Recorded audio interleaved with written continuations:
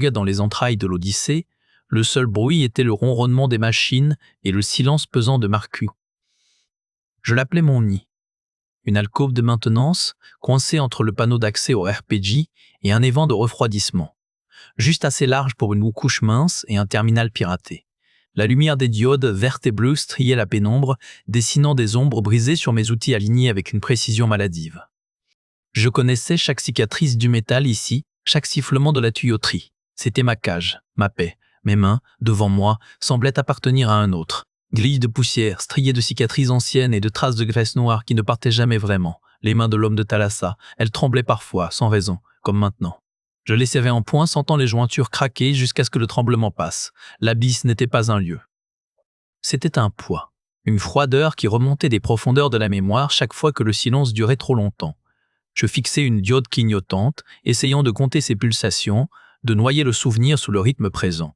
La routine était le rempart. Vérifier les niveaux du réseau principal de gravité inversé, surveiller les flux énergétiques. Le RPG gémissait doucement, un son de fond perpétuel, la respiration artificielle du vaisseau. Tant qu'il respirait, nous étions en vie.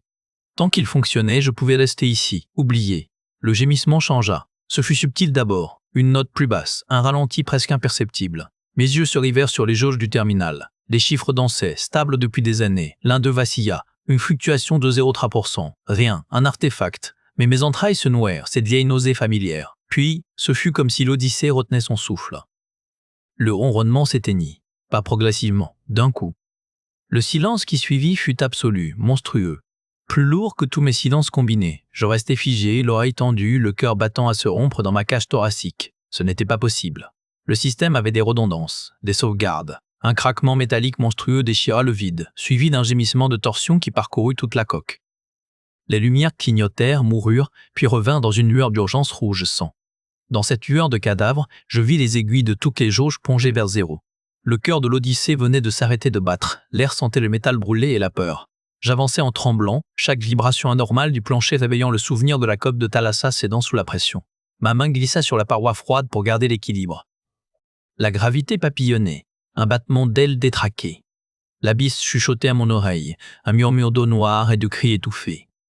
Tu as fui, tu as survécu, regarde ce que tu protèges. Le couloir menant au noyau du Rebji était une veine obstruée. La lueur rouge pulsait au rythme d'un cœur blessé. Des alarmes basses grondaient quelque part, trop faibles, comme étouffées. Quelqu'un avait déjà isolé les signaux. Je posai la main sur la porte blindée. Le métal vibrait d'un bourdonnement profond, irrégulier, une harmonique dissonante. Pas une panne simple, un sabotage élégant. « Marcus !» La voix trancha l'air comme une lame. Je me figeai. Je ne m'étais même pas retourné. Le commandant Valrian se tenait à 3 mètres, silhouette découpée dans le rouge. Son uniforme était impeccable, mais ses yeux absorbaient la faible lumière sans rien rendre. Ils me parcoururent des mains graisseuses à mes bottes fissurées, évaluant un outil, un risque. Vous avez senti ça aussi, j'imagine? Votre tanière doit avoir de bonnes vibrations.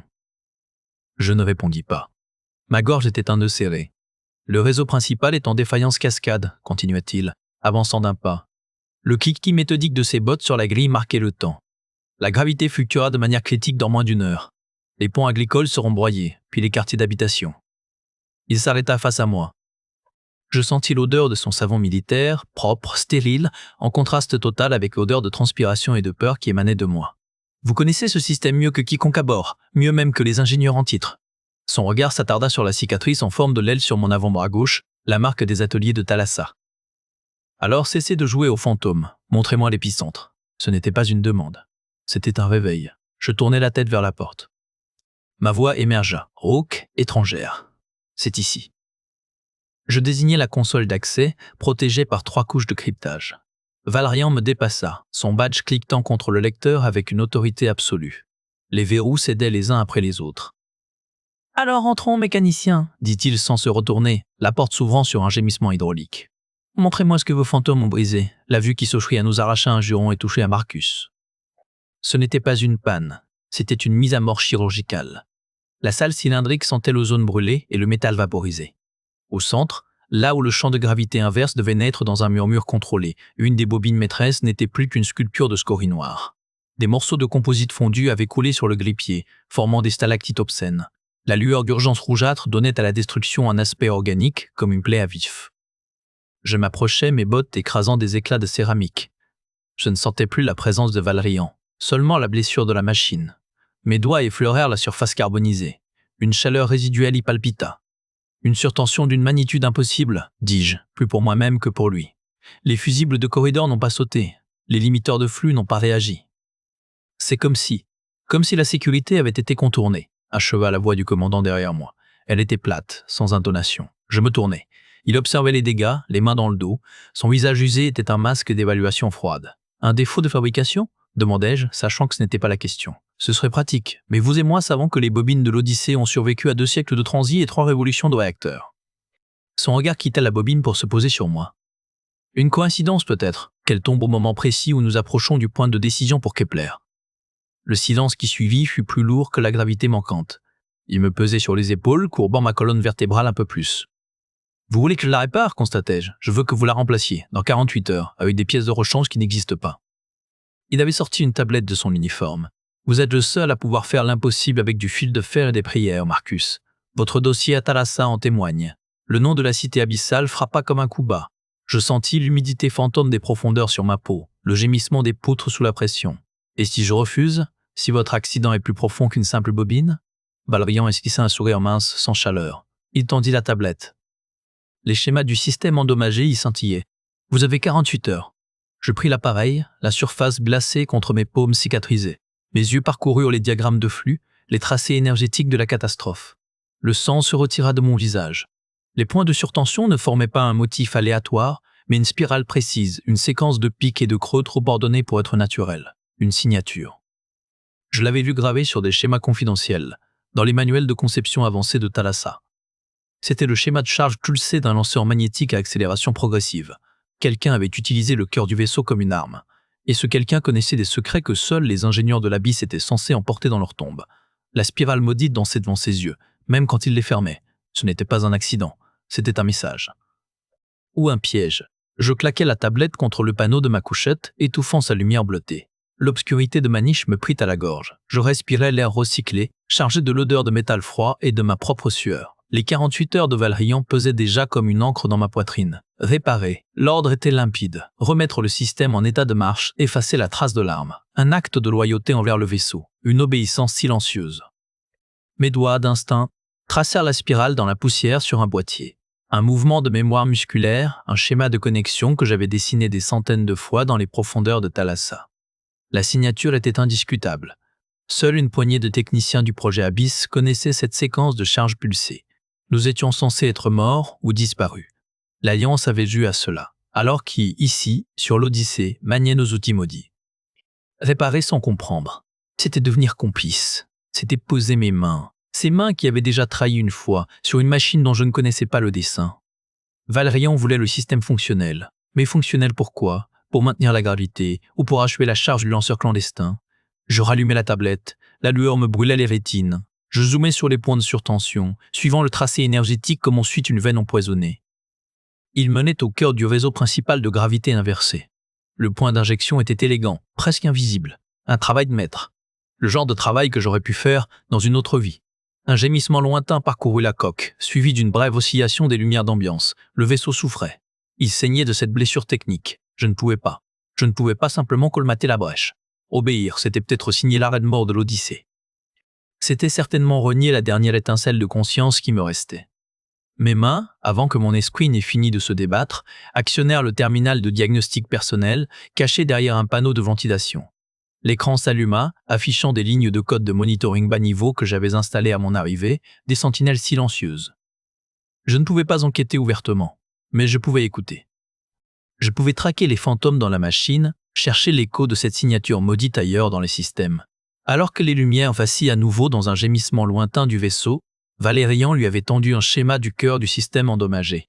Marcus y reconnaissait désormais, sans l'ombre d'un doute, la signature maudite de l'Abysse. Et il savait qu'il ne pouvait plus se cacher. La deuxième panne, sur un conduit secondaire, portait la marque d'une précision chirurgicale. Ce n'était plus un accident. J'observais les lignes de code défiler sur mon écran clandestin. Chaque séquence de recalibration s'alignait avec une harmonie mathématique sinistre, trop propre. Lyra avait raison, une signature. « Ils savent que tu vas regarder », murmura-t-elle. Elle était restée près de l'entrée, son dos contre la paroi froide. Ses yeux ne quittaient pas le couloir sombre. « Ils ne peuvent pas tout savoir. » Ma propre voix sonnait creuse. Le schéma du cœur du système que Valrian avait exhibé brûlait derrière mes paupières. La même architecture de base, les mêmes points de défaillance privilégiés. L'abysse, ce n'était pas une coïncidence. C'était un rappel à l'ordre ou un avertissement. Mes doigts pianotèrent une nouvelle requête. Le terminal émit un bip étouffé, puis afficha une cascade de log system, extrait des couches profondes du réseau de maintenance. Des accès non autorisés, tous horodatés dans les heures qui avaient précédé l'arrêt principal. Tout s'effaçait avec une compétence qui glaçait le sang. « Montre-moi » dit Lyra. Je fis pivoter l'écran. Elle s'approcha, et je perçus l'odeur fine de l'encre de données et d'une angoisse tenace sur ses vêtements. Son regard parcourut les lignes. Son visage se figea. Ce protocole d'effacement, c'est du protocole de sécurité de l'Alliance. Niveau Oméga, le mot résonna dans l'alcôve étouffante. Oméga, réservé aux purges de données les plus sensibles, aux trahisons les plus profondes. L'ombre est à bord, souffla-t-elle. Ce n'était pas une question. Un bourdonnement strident déchira soudain l'air, suivi d'un tremblement profond qui fit vibrer la grille sous nos pieds. Les lumières rouges clignotèrent frénétiquement. Une voix synthétique grésilla dans les haut-parleurs du secteur. Alerte de contraintes structurelles. Section 7 gamma. Tous, le personnel non essentiel, évacués vers les abris périphériques. Le Reggie, il ne stabilisait plus rien. Le vaisseau commençait à se tordre sous sa propre masse. Zira me saisit le bras, sa poigne était ferme, inattendue. Ils créent le chaos pour couvrir leurs traces, ou pour forcer quelqu'un à agir. Toi. Je fermai les yeux. Je vis les conduits de Thalassa se déchirer. Le silence qui avait suivi. La même signature était là, sous mes doigts. Je ne pouvais plus écouter. Je devais traquer. Le conduit secondaire, dis-je en me levant, les jointures blanches sur le bord du terminal. Là où la signature est la plus fraîche, c'est là qu'il a dû laisser une trace physique, une interférence résiduelle, un outil, quelque chose. Son hochement de tête était lent, déterminé. On y va, maintenant, avant que Valrian ne boucle tout le secteur. Je débranchai le terminal, le fourrai dans un sac de toile graisseuse. Nos regards se croisèrent dans la lueur cramoisie. Aucune confiance. Seulement une certitude partagée, nous étions déjà dans la gueule du piège. La transition vers la scène suivante s'opéra alors que nous nous faufilions dans le couloir obscurci. Chaque ombre portait ressemblant à une sentinelle silencieuse de l'ombre qui nous observait. Les archives sentaient la poussière et la trahison figée dans le temps. L'air y était plus froid, recyclé moins souvent. Nos pas ne faisaient aucun écho sur le revêtement poreux des couloirs de service désaffectés. La lumière bleutée des panneaux d'urgence créait des poches d'ombre profondes entre chaque intervalle. Je me tenais toujours un demi-pas derrière Lyra, mes yeux balayant les intersections. Chaque conduit aérien devenait une embuscade potentielle. Ici, murmura-t-elle devant une lourde porte blindée marquée du sigle de l'Alliance terrestre unifiée, un cercle brisé par le temps.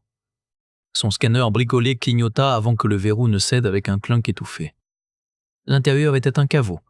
Des rangées d'étagères métalliques supportaient des caisses estampillées de codes d'inventaire et de dates antérieures au départ. La poussière y formait une couche uniforme, sauf sur l'une d'elles.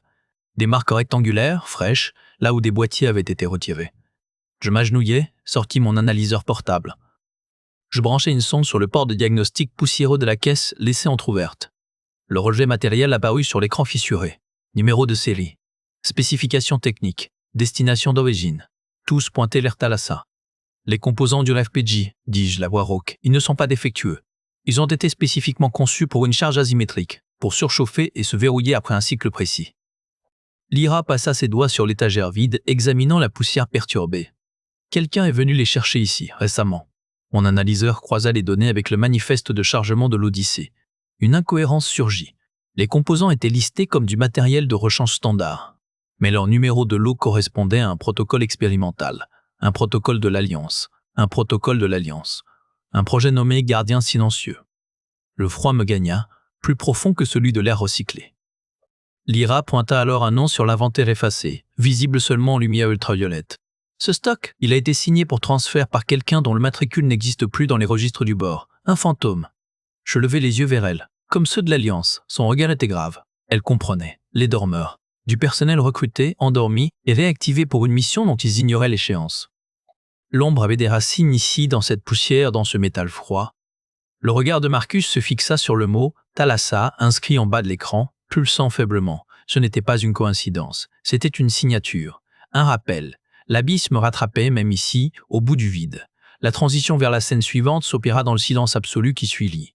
Nous étions sur la piste, mais elle sentait la corde raide tendue au-dessus du néant. La porte du noyau du Rebji s'ouvrit sur un cauchemar familier, la même configuration de flux que dans les entrailles de l'abysse. L'air crépitait.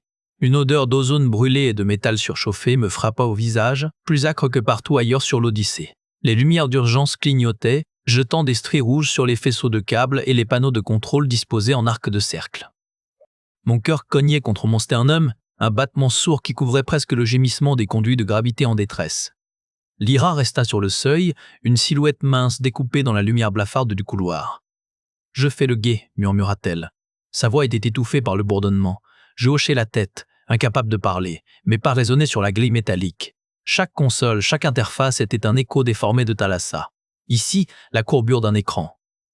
Là, l'agencement spécifique des voyants de diagnostic. C'était une copie, une réplique imparfaite mais intentionnelle. Ma bouche était sèche. Je m'approchais du panneau central, les doigts déjà en mouvement avant que ma conscience ne donne l'ordre. Il connaissait ses schémas. Il dansait sur les touches, contournant les protocoles de sécurité standards de l'Odyssée pour chercher le noyau, le vrai noyau, enfoui sous des couches de code parasites. L'écran principal s'illumina. Ce n'était pas un schéma de défaillance, c'était une architecture, une greffe. Des lignes de commande s'enchevêtraient avec le système principal, étrangères, élégantes dans leur brutalité. Elles ne perturbaient pas le Reggie, elles le détournaient, le redirigeaient vers un sous-système isolé, un cul-de-sac énergétique marqué d'une signature de chiffrement que je n'avais pas vue depuis 7 ans. Le souffle me manqua. Le froid de la soute pénétra mes os. Marcus, la voix de Lyra lointaine. Je ne la voyais plus. Je ne voyais que les lignes de code sur l'écran, cette écriture électronique particulière, ces séquences d'initialisation redondantes qui étaient la marque de fabrique de l'ingénierie profonde de l'abysse. Un style, une calligraphie de l'effondrement. Il l'avait appelé le protocole des fondations, une sécurité contre les intrusions extérieures. Une folie, avaient dit certains. Une nécessité, avaient répondu les autres, avant que tout ne s'effondre. Mes mains se posèrent sur le bord froid de la console. La vibration des machines en souffrance traversait mes paumes, remontait dans mes bras. Un tremblement incontrôlable. La main de Marcus tremblait en désignant une séquence d'initiation sur l'écran principal. C'est du protocole abyssal pur. Personne d'autre sur l'Odyssée ne connaît cette séquence, sauf moi, et ceux qui sont morts avec elle. Le silence qui suivit fut plus assourdissant que le vacarme des machines. Lyra avait avancé, ses yeux passant de mon visage à l'écran, cherchant à comprendre l'abîme qui venait de s'ouvrir. Elle vit la terreur, la vraie, pas la paranoïa, mais la certitude glaciale. « Alors c'est toi qu'il vise », dit-elle, et ce n'était pas une question. Je fermai les yeux. L'odeur de l'océan, du sel et de l'acier pressurisé me submergea. Un souvenir, un visage, une faute. L'abysse n'était pas un spectre, c'était un chasseur. Et il venait de laisser sa carte de visite dans le cœur de notre dernier refuge. Les projecteurs s'allumèrent, aveuglants, et la voix méprisante du commandant Valérian résonna dans la pièce cachée. « Je savais que votre nostalgie vous mènerait ici, reine. » Je levai le bras pour protéger mes yeux. Des silhouettes se découpèrent dans la lumière crue. Valérian en premier, l'uniforme parfaitement ajusté, les mains jointes dans le dos. 2 gardes en armure légère encadraient Lyra. Elle se tenait raide, son regard fixé sur moi, plus de peur que de reproche. « La séquence d'initiation abyssale, un appel auquel vous ne pouviez résister. » Valérian fit un pas en avant, ses bottes frappant le métal avec une précision chirurgicale. « Vous avez toujours été sentimental, une faille critique dans un excellent ingénieur. » Ma bouche était sèche. Je reculai, les talons heurtant le boîtier du terminal. Les chiffres du diagnostic clignotaient toujours, accusateurs. Le RPG, le sabotage, était une diversion, une belle panne en cascade pour attirer l'attention du seul homme capable de lire la signature énergétique réelle. Un sourire mince fendit son visage usé. L'énergie a été canalisée ici, vers ce joli dispositif de mon cru. D'un geste, il indiqua la paroi derrière moi. Des panneaux coulissèrent, révélant une chambre sphérique aux parois nervurées de cuivre. Au centre, un siège de contention entouré de faisceaux convergeant vers un hublot épais, un lanceur magnétique, de la taille d'un cercueil. Lyra se débattit. « Vous êtes fou, ce système n'est pas sur les plans !» Un garde lui immobilisa le bras. Valérian l'ignora. « Le projet Thalassa a toujours été une tâche, reine. Un échec coûteux que l'Alliance a oublié, mais certains vestiges, certains survivants rappellent trop cet échec. Vous rappelez trop. L'abysse n'était plus un spectre. » Il avait le visage de Valérian. « Vous voulez me tuer? Faites-le ici. Trop salissant. Trop de questions. » Il secoua la tête, d'un air presque déçu. « Non. L'histoire dira que Marcus Wren, l'ingénieur détraqué, obsédé par sa cité perdue, a saboté le RPG dans un accès de folie avant de se jeter dans le vide par Honor. Une fin tragique, poétique même. » Il fit un signe. Les gardes me saisirent. Leurs mains mécanisées étaient froides à travers ma combinaison. Je luttais, mes mains cicatrisées glissant sur leur armure. Je vis Lyra tenter de se jeter en avant. Un garde la repoussa, plaquant un dispositif sur son cou. Un champ de suppression l'enveloppa, étouffant son cri. Ses yeux, pleins d'une colère impuissante, le transpercèrent jusqu'au moment où elle s'effondra, inconsciente. « Elle a vu trop de choses », conclut Valérian. « Elle partagera votre sort, en temps utile. » Une disparition accidentelle dans les conduits. Ils me traînèrent dans la chambre sphérique. L'air sentait l'ozone et le métal froid. Le siège se referma sur moi, les sangles s'enroulant automatiquement autour de mes membres. À travers le hublot, la paroi extérieure de l'Odyssée se rétracta. Le vide s'ouvrit, noir absolu, piqueté d'étoiles lointaines. Et là, dans le coin inférieur de la vitre, un point bleu pâle clignotait. Thalassa. Sa lumière parasite dansait, ironique, familière. Le berceau, le tombeau. Valérian apparut devant le hublot, de l'autre côté de la vitre. Il parla dans un intercom. Sa voix était déformée, métallique. Le lanceur est calibré sur les coordonnées de la colonie océanique en formation. Vous allez retrouver votre abysse, reine. L'Alliance nettoie ses comptes. Boucle la boucle. Il leva la main. Un compte à rebours s'afficha sur la paroi interne en chiffres rouges. 1000 courtantes. Il se détourna. Les portes de la chambre se verrouillèrent dans un chuintement d'air comprimé. Je ne voyais plus que le vide, les étoiles et la lueur bleue de Thalassa qui grandissait à mesure que le vaisseau tournait sur lui-même. Lyra était entre leurs mains. Les chiffres rouges clignotaient. 20, 19, 18. La douleur était une encre. Elle le ramenait à la réalité du métal froid et du gémissement du vaisseau. Il avait un plan de suicide.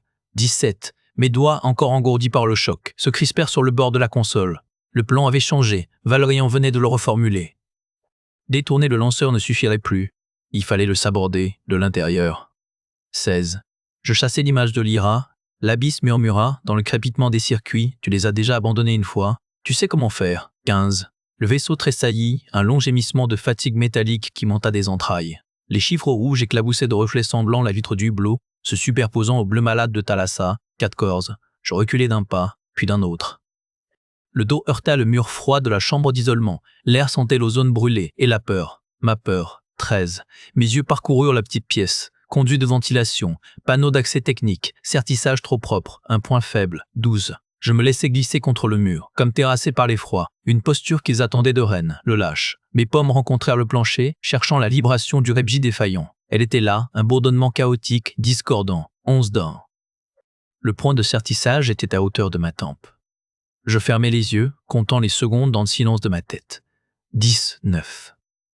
Je lançai mon coude en arrière avec tout le poids de mon torse. Le plastique alvéolé céda avec un craquement sec. Pas assez. Je frappai de nouveau. La douleur explosa dans mon bras, vive et précise. L'encre. 8-7. Un éclat de plastique tomba.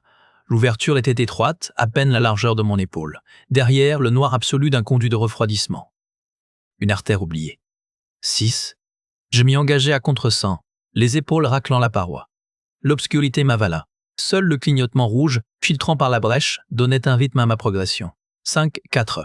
La chaleur augmentait. L'air devenait raréfié, chargé d'un parfum chimique âcre. Le gémissement du vaisseau était différent ici, plus intime. Un râle dans les eaux de l'Odyssée. 3. Je rampais plus vite, les cicatrices de mes paumes s'ouvrant sur les aspérités du métal. Le sang graissait ma course. 2-1. Un profond silence mécanique tomba. Le compte à rebours était à 0. Rien ne se passa, pas encore. Valérian vérifiait son piège, savourant le délai. Je trouvai la jonction, une trappe ronde. Les boulons cédèrent sous la torsion brutale de mes doigts. Je pris une profonde inspiration, l'odeur de l'ozone brûlé et de la peur dans les narines. Le temps du calcul était terminé. Il était temps de retourner dans les entrailles de la bête.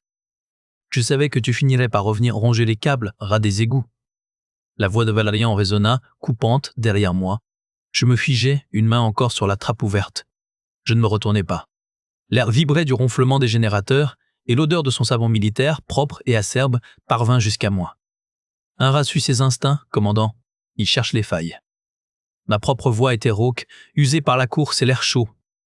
Le claquement de ses bottes sur la grille métallique se rapprocha, lent, mesuré. Les failles? Non. Tu cherches un coupable. Un fantôme pour justifier ta fuite. Le protocole Oméga, une signature bien commode. Je pivotai enfin. Il se tenait à 3 mètres, les mains dans le dos, l'uniforme impeccable malgré la chaleur étouffante. Ses yeux froids balayaient la soute, évaluant chaque point d'accès, chaque ombre. Comme un ingénieur inspecte une machine défectueuse. Vous êtes arrivé vite. Trop vite pour une simple ronde. Un sourire mince fendit son visage usé. L'Odyssée est mon commandement. Je sens ses tremblements. Et je sais quand un élément instable tente de la briser de l'intérieur, comme à Thalassa. Le nom frappa comme un coup bas. Ma mâchoire se serra. Les lumières d'alerte clignotaient, jetant des stries rouges sur ses traits. « Lyra a identifié la trace », dis-je en reculant d'un pas vers le dédale de conduit. « Le conduit secondaire !»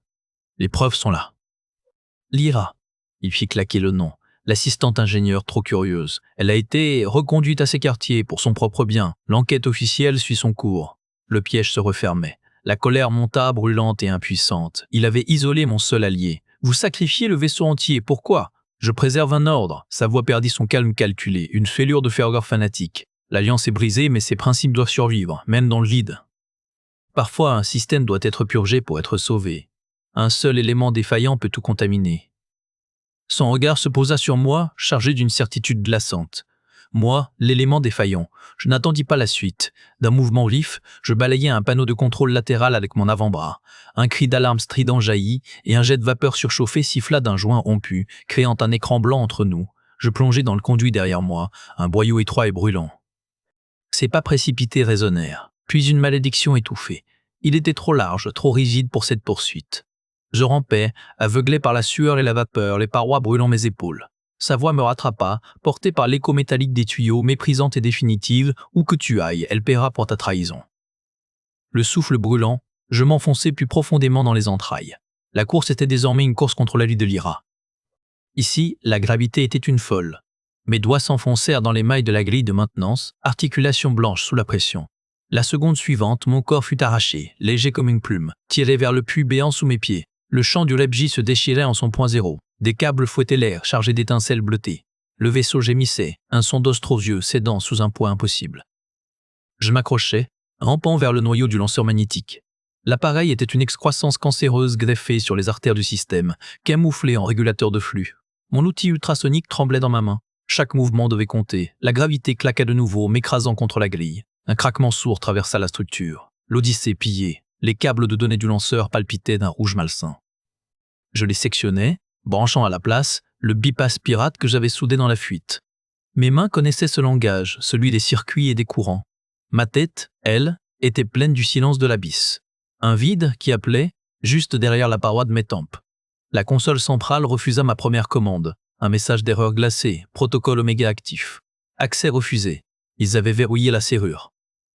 Je hackais le sous-système de refroidissement, inondant les conduits adjacents de fluide cryogénique. Les panneaux givrèrent. Les systèmes de sécurité, engourdis, clignotèrent en jaune. Une fenêtre s'ouvrit. Je forçai le recalibrage. Les chiffres défilaient, incontrôlables. La puissance du champ magnétique monta en spirale, dépassant toutes les limites de sécurité. L'air devint électrique, mes cheveux se hérissèrent. Une alarme nouvelle hurla, aiguë, désespérée. Trop tard. Sur l'écran de mon pad, scotché à mon avant-bras, je tirais le plan du secteur sécurisé. Cellule 7B, Lyra. Mes doigts, engourdis par le froid et la tension, tapèrent le code de libération à distance. Le statut passa du rouge au vert, porte déverrouillée. La console devant moi clignota en rouge vif, surcharge critique, émission imminente. Un sourire torve effleura mes lèvres. J'avais rendu mon ticket, il ne restait plus qu'à sauter. C'est terminé, naufragé. Valrian émergea de l'ombre, un percuteur magnétique à la main, le visage déformé par une fureur froide. Je bloquai ma respiration. La grille métallique vibrait sous mes pieds, chargée de l'énergie du champ. L'alarme stridente déchirait l'air. Sur mon pad, le compte à rebours clignotait. 1007. Il leva l'arme. Désactive la séquence. Maintenant. Je reculai d'un pas, le dos frôlant la rambarde. Le puits gravitationnel béait derrière moi, un vide qui tirait déjà sur la matière. Trop tard. C'est écrit. Ses yeux ne clignèrent pas. Le percuteur crépita, ajustant sa cible, ma tempe. Tu crois sauver qui? Une bande de rats dans une boîte de conserve? L'Alliance a besoin de cet échec. Il nous légitime. 1009. La logique de son cynisme était parfaite, glaciale. Je la vis dans le pli de son uniforme, dans la précision mortelle de sa posture. Il était prêt à tirer, à prendre le contrôle manuel, à tout annuler. Je n'avais pas de plan. Seulement une certitude viscérale. 1003. Je plongeais sur le côté, non pas vers lui, mais vers la console principale. Mon épaule heurta le métal. La douleur explosa, blanche et nette. Le percuteur cracha.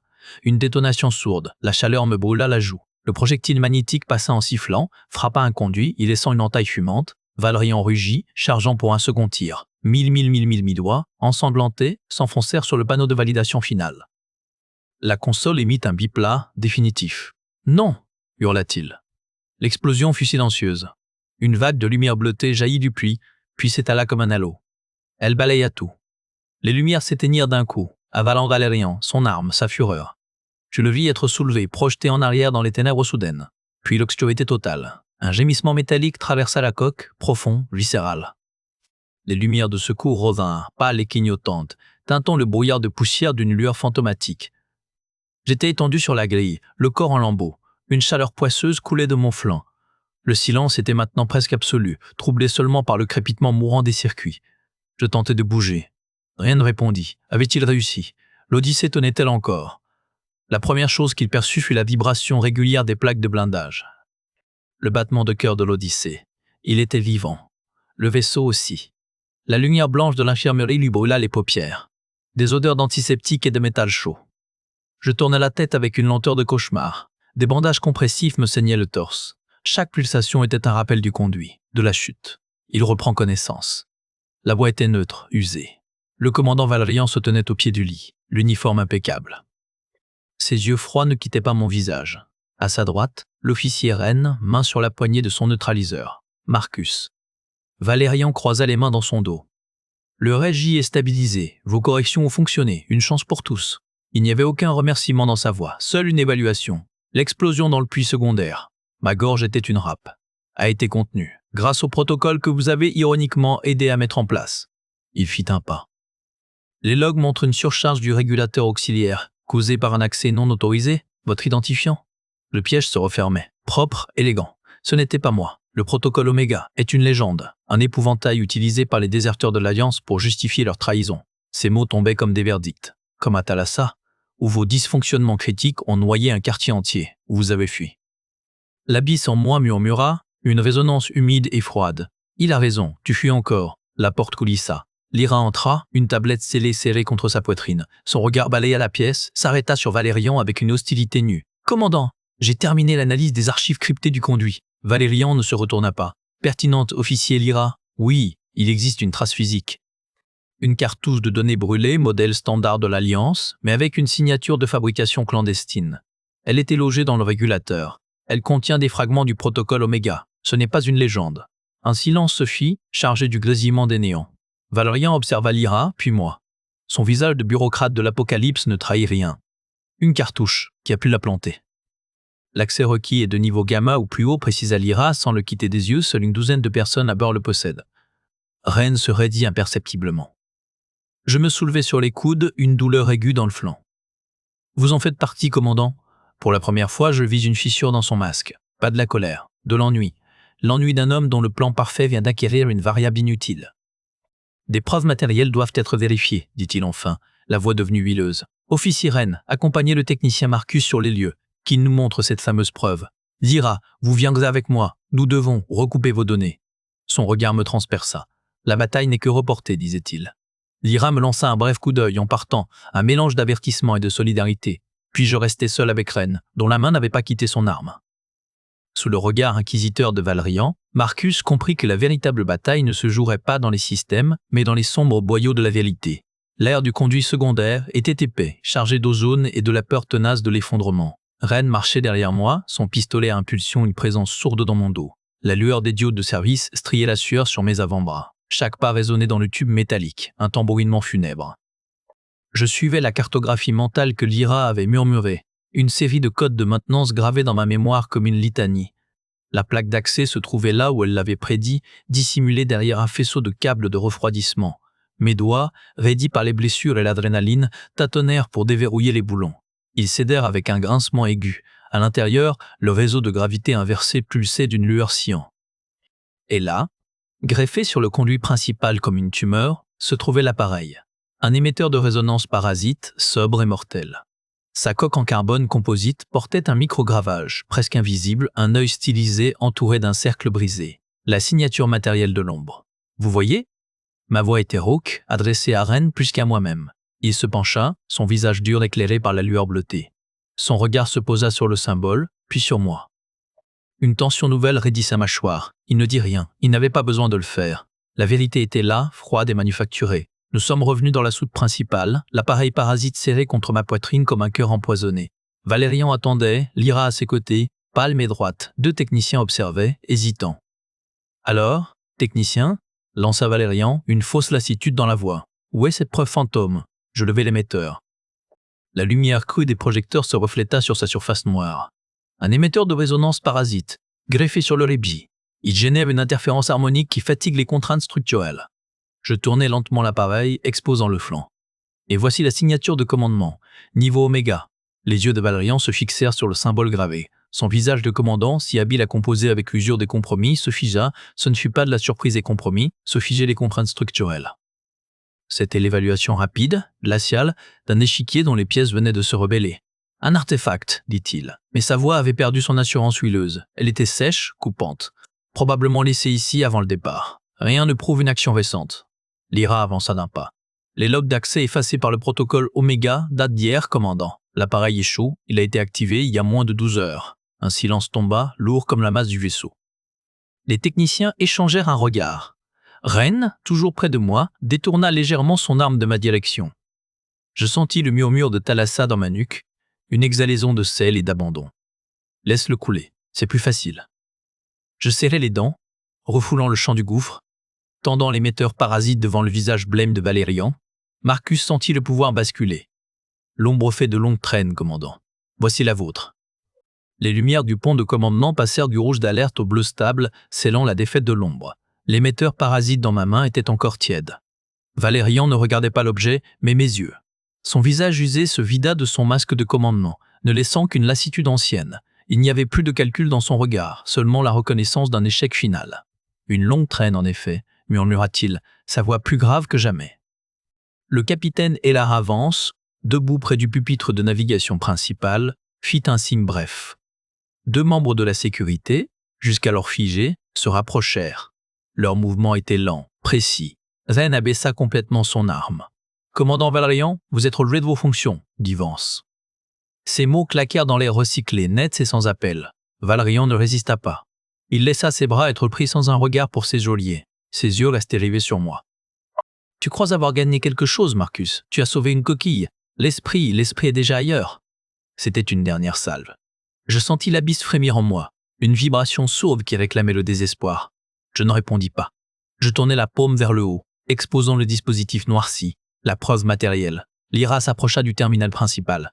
Ses doigts volèrent sur l'interface. Les signatures de verrouillage du protocole Oméga sur les serveurs centraux viennent de tomber. Je lance l'analyse des données de l'émetteur, identification des agents dormeurs en cours. Un bourdonnement nouveau, profond et régulier, traversa le pont. Le grondement sourd de torsion qui hantait l'Odyssée depuis des heures s'éteignit. Le RPG se stabilisait. La gravité sous mes pieds redevint une constante, fiable, oubliée.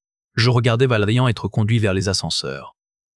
Son dos droit, même dans la défaite. Le murmure dans ma nuque se scelle, cette pression abyssale s'atténua.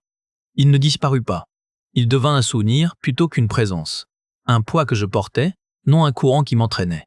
Lyra me rejoignit, une lueur de fatigue et de triomphe dans ses yeux. Elle ne sourit pas. Elle hocha la tête, une fois. Alors que Valérian était emmené, Marcus sentit le murmure de Thalassa s'éteindre, noyé par le bourdonnement rassurant d'un vaisseau sauvé. Les écrans de contrôle baignaient la pièce d'une lueur bleutée, rassurante, traçant les veines vitales de l'Odyssée. Je respirais au rythme de leurs pulsations. Ici, dans mon ancien repère, les cicatrices étaient encore visibles, la trappe déformée, des traces de suie sur un panneau, l'odeur tenace de l'ozone et du métal brûlé. Plusieurs semaines avaient passé, le cycle nuit artificiel était engagé, et le silence n'était plus une menace, mais un état. Marcus, la voix de Lyra, filtrée par le haut-parleur discret, était devenue un point d'ancrage. Rapport de fin de cycle. L'intégrité du RFI est à 912,7%. Les contraintes résiduelles sont dans les marges normales. Reçu. Ma propre voix était plus calme. Je l'entendais. Je vérifie les compensateurs du secteur gamma. Une vibration fantôme hier. Rien de grave. Un bourdonnement d'acquiescement. Le conseil a statué. Valérian est en stase judiciaire. Son procès aura lieu à l'arrivée. Les preuves du conduit secondaire, elles étaient accablantes. L'empreinte du protocole Oméga, les microfragments d'alliage non référencés. L'ombre de l'Alliance a bien laissé sa signature. Je fermai les yeux un instant. L'image de Valérian, droit et déchu, s'imposait. Il avait cru servir un idéal pur, débarrasser le vaisseau de ses démons. Il ne voyait pas qu'il en était devenu un. Le collectif l'avait manipulé, utilisant son fanatisme comme vecteur. Sa chute n'apportait aucun triomphe, seulement un goût de cendre. « Et Lyra » demandai-je, changeant de sujet. Un léger rire, bref, promu, officier de surveillance des systèmes vitaux. On m'a proposé un quartier sur le pont principal. J'ai refusé. Je reste aux commandes techniques. Le diable que je connais, tu vois. Je vis. Je le voyais très bien. Tu devrais monter parfois, poursuivit-elle. Sa voix baissa d'un ton. Ils savent maintenant. Pour Thalassa, ce n'est plus un secret. et ce n'est plus une condamnation. Je passais mes doigts sur une console, effaçant une poussière imaginaire, les mains marquées, toujours, mais elles tremblaient moins. Le murmure de l'abysse s'était tu, vraiment tu. Il n'était plus qu'un écho dans une coque éventrée, au fond d'un océan d'un monde désormais lointain. Je n'allais pas fuir une deuxième fois, j'étais resté. J'avais combattu le naufrage cette fois. Peut-être, concédai-je, pas aujourd'hui. L'idée des grands espaces, des visages nombreux, pesait encore trop lourd. Lyra comprit. Elle termina toujours ses transmissions de la même manière maintenant. Veille sur nos entrailles, Marcus. La communication se coupa. Le silence revint, peuplé seulement du chant des machines. Je me levai, une raideur familière dans la jambe que j'avais coincée dans le conduit. Je parcourus la petite pièce du regard. Mon lit de camp, mes outils alignés avec une précision maniaque, l'écran principal où Kepler 80-2b brillait, un point bleu pâle dans le noir. Je n'étais plus un fantôme, j'étais le gardien, le mécanicien des fondations, celui qui entendait le premier grincement avant qu'il ne devienne un cri. Ma culpabilité, je ne l'avais pas jetée par un sas, je l'avais fondue, je l'avais intégrée à la structure. Elle était dans chaque vérification redondante, dans chaque paramètre scruté au-delà du nécessaire. Elle devenait une forme de loyauté. Je posais une main sur la paroi froide, sentant la vibration lointaine des moteurs. Une pulsation régulière, puissante. Le cœur de l'Odyssée battait, et son rythme était devenu le mien. L'abysse était derrière lui, un souvenir désamorcé. Devant, il n'y avait plus le vide, mais une trajectoire. Sur l'écran, la lumière de Kepler 82 Zebdebon semblait plus vive ce soir. Ou peut-être étaient-ce mes yeux. Je ne cherchais pas à fuir son éclat. Je le fixais, et pour la première fois, je ne vis pas seulement une destination. Je vis des forêts hypothétiques, des rivières à nommer, un ciel à respirer. Je vis les enfants nés dans les jardins hydroponiques qui grandiraient sous ce soleil. Je vis un avenir qui n'était pas le mien, mais que je portais, que je protégeais de l'ombre. La gravité sous mes pieds était artificielle, une magie de champ de force. Pourtant, une autre pesanteur, lente et certaine, s'installait en moi. Elle tirait non vers le bas, mais vers l'avant, vers eux. Kepler 80-82b brillait, point de fuite dans le néant, et pour la première fois, Marcus sentit la gravité de l'espoir l'ancrer fermement à son poste, à son peuple, à son futur. Il était enfin chez lui. Épilogue. Les fondations les mois qui suivirent furent une lente reconstruction, non seulement des systèmes, mais de la confiance. L'enquête sur l'ombre de l'Alliance révéla l'existence de 3 agents dormeurs à bord, tous des techniciens de niveau intermédiaire recrutés avant le départ. Ils furent placés en détention préventive, leurs souvenirs fouillés par des psychotechniciens. Leurs témoignages confirmèrent que Valérian avait été leur contact, mais aussi qu'il agissait sur ordre d'une cellule dormante plus haute dans la hiérarchie de l'ancienne Alliance. Une cellule qui, apparemment, avait survécu à l'effondrement et cherchait à reprendre le contrôle des colonies en sabotant celles qui échappaient à son influence. L'Odyssée, avec son indépendance farouche, était une cible de choix. Valérian, en stase judiciaire, ne parlerait pas. Son procès serait un spectacle nécessaire pour la cohésion du vaisseau, mais la vérité plus large resterait probablement enfouie dans les décombres de l'histoire. L'important était que la menace immédiate avait été neutralisée. Lyra, en tant que nouvel officier de surveillance, supervisa le démantèlement complet du dispositif parasite et la purge des derniers vestiges du protocole Oméga des systèmes centraux. Elle vint me voir plus souvent, d'abord pour des questions techniques, puis simplement pour parler. Elle était devenue un lien, un pont entre mes entrailles et le pont de commandement. Elle me parlait des réparations, des décisions du Conseil, des rumeurs qui circulaient parmi l'équipage, des rumeurs qui, concernant Thalassa, étaient désormais teintées de respect plutôt que de suspicion. On disait que l'homme des profondeurs avait sauvé le vaisseau des profondeurs de la trahison. Une ironie qui ne m'échappait pas. Un jour, elle m'apporta une nouvelle combinaison de travail, propre, aux couleurs réglementaires. « Ce n'est pas un ordre », dit-elle en la posant sur un tabouret. « Mais si un jour tu décides de monter, tu n'auras pas l'air d'un fantôme. » Je la remerciai d'un hochement de tête. La combinaison resta pillée pendant des semaines, jusqu'à ce que je la range finalement dans un casier, au cas où. L'officier Rennes, quant à lui, avait été réaffecté à la sécurité intérieure avec une note dans son dossier pour avoir correctement identifié la menace et abaissé son arme au moment crucial. Il ne vint jamais me voir, mais je le croisais parfois dans les couloirs de service. Il me saluait d'un bref signe de tête, sans un mot, c'était suffisant. Quant à l'abysse de Thalassa, l'entité symbolique qui m'avait hanté, elle s'était dissipée. Les murmures avaient cessé. Parfois, dans les moments de silence absolu, je craignais de les entendre revenir, mais il n'y avait plus que le bourdonnement des machines. J'avais fait la paix avec ce spectre en affrontant son reflet dans le miroir de Valérian, en refusant de fuir à nouveau, en choisissant de me battre pour quelque chose au lieu de me cacher de tout. Thalassa était une tragédie, un échec, une tombe, mais ce n'était pas une malédiction éternelle. J'allais porter son poids assez longtemps. Maintenant, je portais l'Odyssée. Les réparations du Rebji furent définitivement achevées. Le système tournait maintenant avec une marge de sécurité accrue. Et j'avais implémenté de nouveaux protocoles de surveillance conçus pour détecter toute anomalie, rappelant la signature de l'Abyss. Je dormais mieux, même si mon lit de camp était toujours aussi inconfortable. Les cauchemars, peu à peu, avaient cédé la place à des rêves plus calmes, des rêves de forêt et de ciel nouveau. Le jour où l'Odyssée franchit le point de non-retour pour Kepler 82b, une cérémonie eut lieu sur le pont d'observation principal. Je n'y assistais pas, bien sûr. Mais l'IRA m'en transmit l'audio. On entendait les voix de l'équipage, un mélange de solennité et d'espoir. Le capitaine Vance prononça un discours court, évoquant les épreuves surmontées et le chemin qui restait à parcourir. Elle ne mentionna pas mon nom, ni celui de Valérian. Elle parla de vigilance et de résilience. Des mots qui, pour une fois, ne sonnaient pas creux.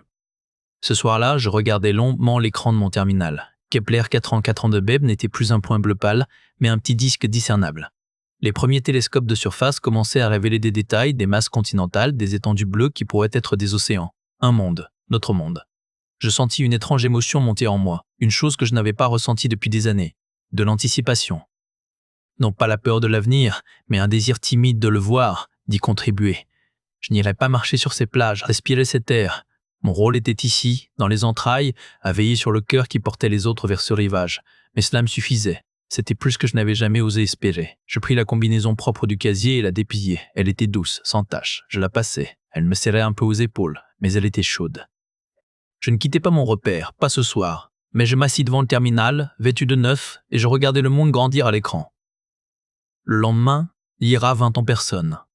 Elle s'arrêta sur le seuil, surprise de me voir dans la combinaison réglementaire.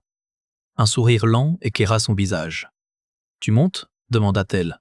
« Pas aujourd'hui » répondis-je. « Mais peut-être demain. » Elle hocha la tête, comprenant que c'était une promesse, pas une évasion.